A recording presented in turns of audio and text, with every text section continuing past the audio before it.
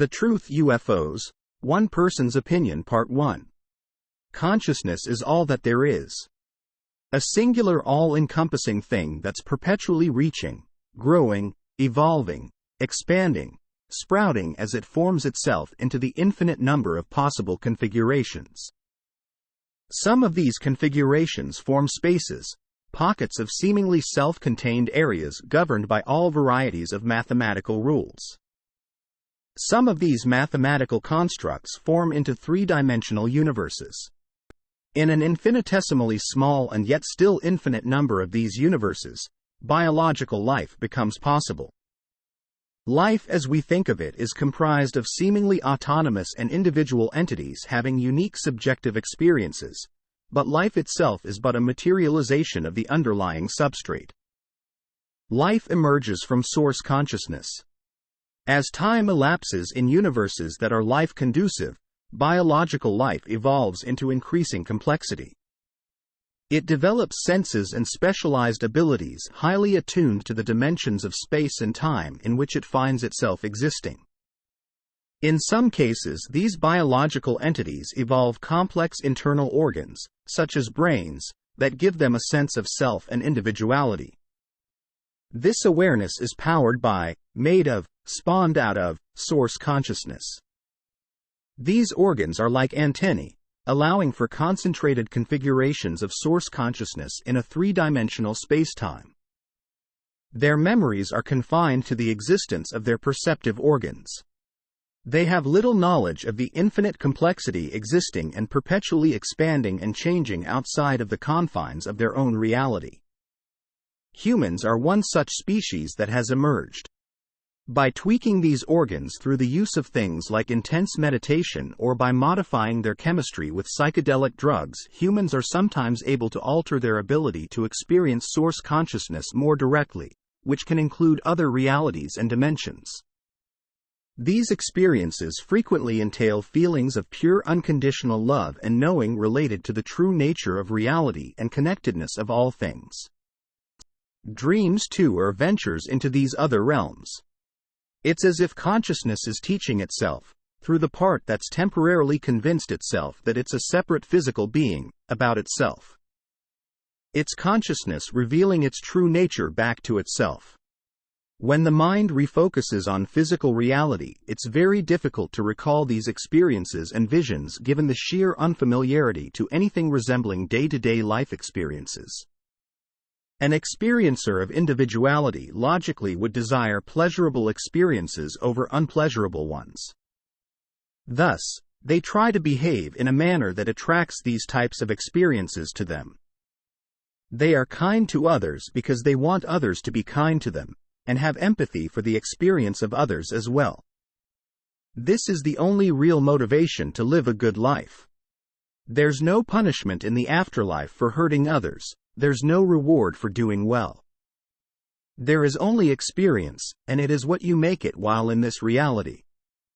Human physical death is not the end. However, the type of experience that comes after physical incarnation is different in ways that are very difficult to describe or comprehend.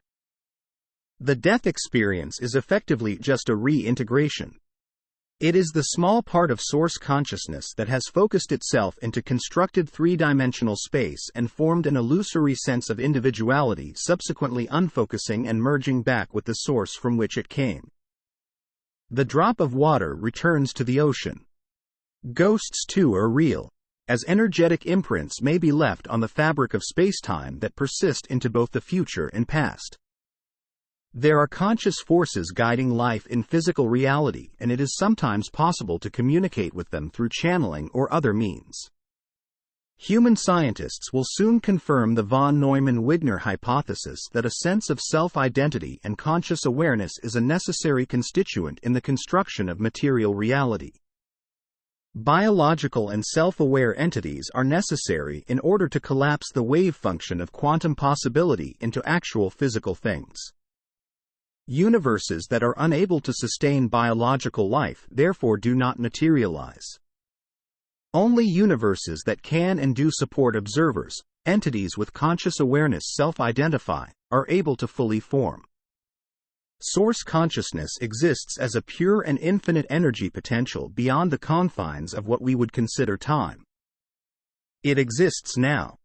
This one singular instant that has always and will always exist.